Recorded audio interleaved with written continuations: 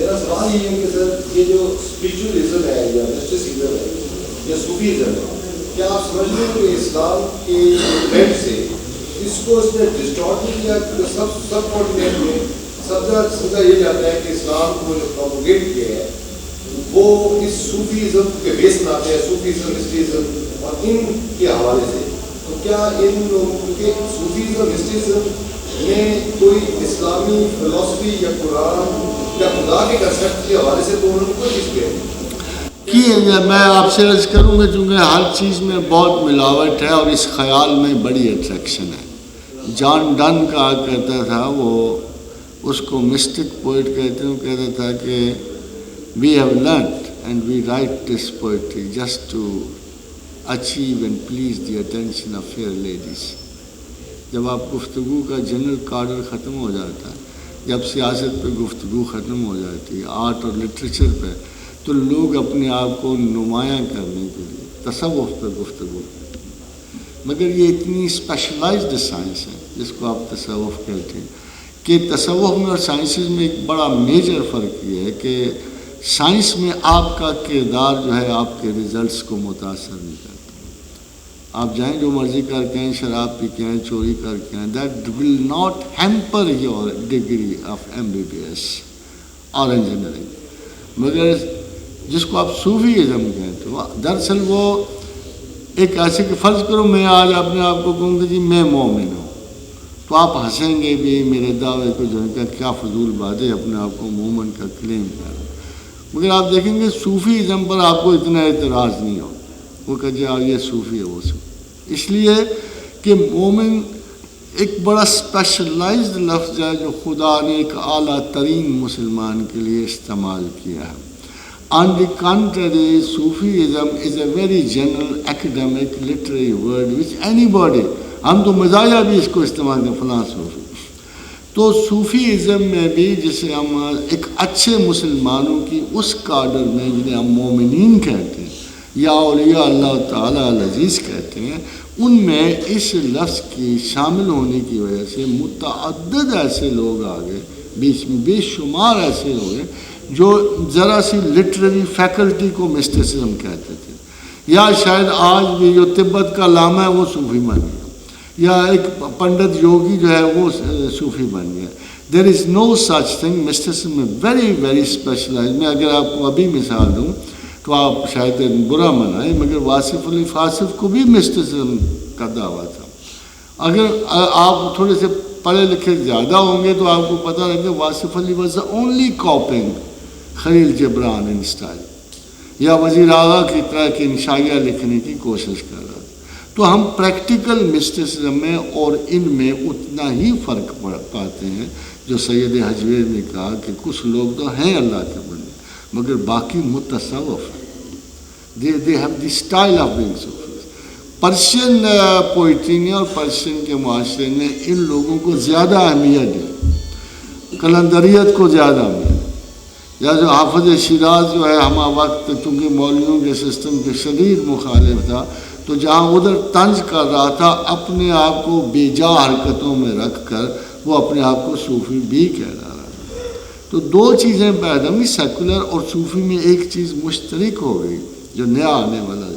ایک تو ان صوفیاء نے اور ان سیکولر نے، فرض کرو شراب پینا تھا تو اس نے صوفیزم کا آسرا لیا، اس نے سیکولرزم ہونے کا. کوئی اور غلط کام مورل کرنے تھے، مگر جو خدا کے بندے ہیں ان کو ان قسم خرافات سے کوئی واسطہ نہیں ہوتا.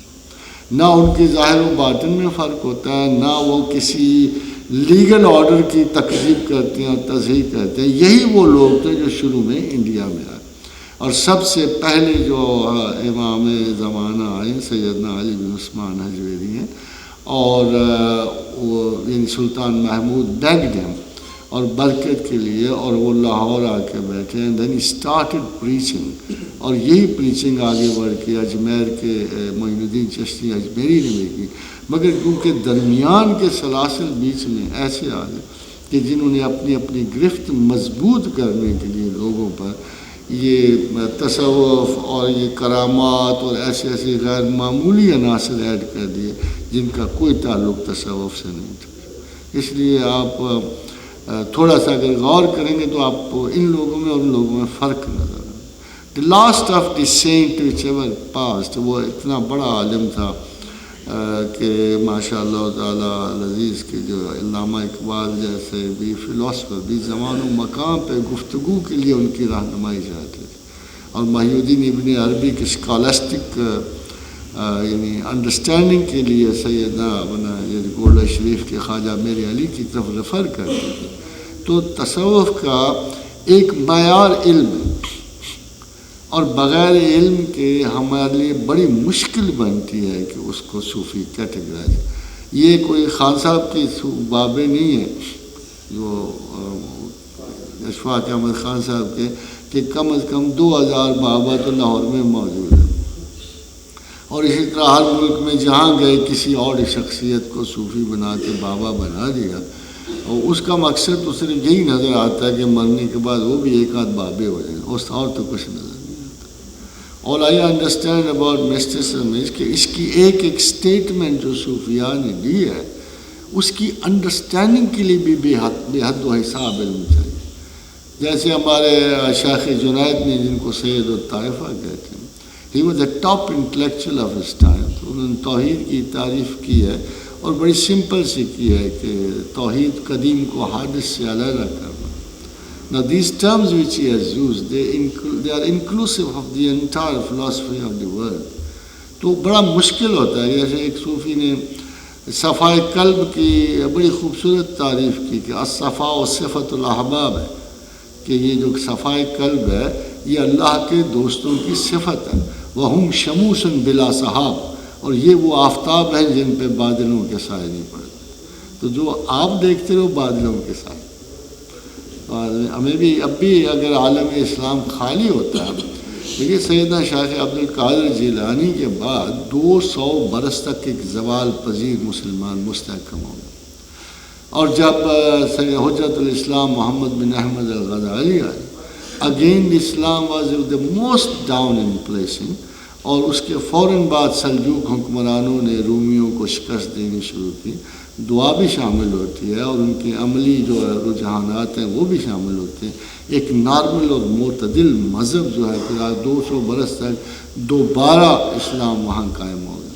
نہ صرف یہ ہوا بلکہ اسپین میں گرتی ہوئی جو مسلمانوں کی سلطنت تھی، امیر یوسف بن تاشفین کی وجہ سے وہ بھی 150 سال آگے بڑھ گئی. تو ایک صوفی ایک استاد کا رتبہ رکھتا ہے. صوفی سے تو لیکن نارملی ہمیں بھی چیز ہوتی ہے، مگر ہم یہ کہتے ہیں کہ یہ 2 درجے جو قرآن حکیم نے ان لوگوں کے رکھے ہیں. ایک تو اللہ نے رکھا کہ الا ان اولیاء اللہ لا خوف علیہم ولا هم یحزنون، اور دوسرا حدیث میں لفظ مجدد آیا ہے ایسے ٹیچر سینٹ کے لیے کہ جو ریگولرائز کرتا ہے نالجبلٹی کو، اس میں فضولیات نکال کے دوبارہ اسے سیدھے سادے صاف ستھرے انداز میں پیش کرتا. ٹوڈے یو سی سب سے بڑا المیہ بلائنڈ فیٹ ہے.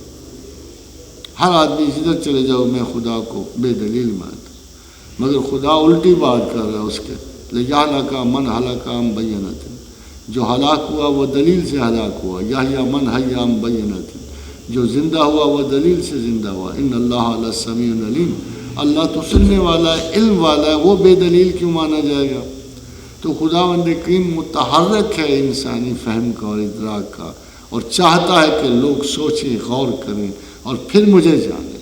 اس نے سختی سے ذکر کیا ہے جو ہلاک کا، ان شر الدواب عند اللہ الصم البکم الذین لا یعقلون، بدترین جانور میرے نزدیک وہ ہیں جو گونگے اور بہروں کی طرح قرآنی آیات پہ گرتے ہیں اور غور و فکر نہیں. میں یہ تو نہیں کلیم کر رہا کہ مجھے اس سسٹم سے کتنی اکتاہٹ تھی، مگر ایک مضمون کی وضاحت کے لیے میں نے پورے 1500 برس کے علوم بعد از جو ہمیں تابعین کے بعد کہ میں نے لوگوں کو دیکھا، not a single scholar had spoken a word on it. وہ متشابہات کا سبجیکٹ تھا، اور فنی چیز یہ تھی کہ اس پہ انگریز 2-4 مصنفوں نے اس پہ ٹاک کیے تھے. And perhaps first time in the history of religious thought میں نے المتشابہات پہ 120 صفحے کا ایک لیکچر دیا ہے، اور مجھے مجبوری یہ پیش آئی کہ پیچھے سارے علماء تھے، انہوں نے کبھی ایک لفظ بھی اس پہ غور نہیں کیا ہوا تھا. nobody gave any intention of thinking about it، بلکہ ہر ایک آدمی ڈراتا رہا. مگر غور و فکر کی اگر میچورٹی نہ آئے تو قرآن کے فہم و فراست سے دیکھیں نا، پیغمبروں کے درمیان بھی اللہ فرق کرتا ہے فہم و فراست. جب ذکر داؤد نے ایک فیصلہ دیا اور وہ غلط تھا، پھر سلیمان نے دیا اور وہ ٹھیک تھا، تو فرمایا فَفَهَمْنَا سلیمان، ہم نے سلیمان کو فہم خصوصی دیا تھا. تو یہ تو پیغمبروں میں بھی ڈفرینس آ جائے.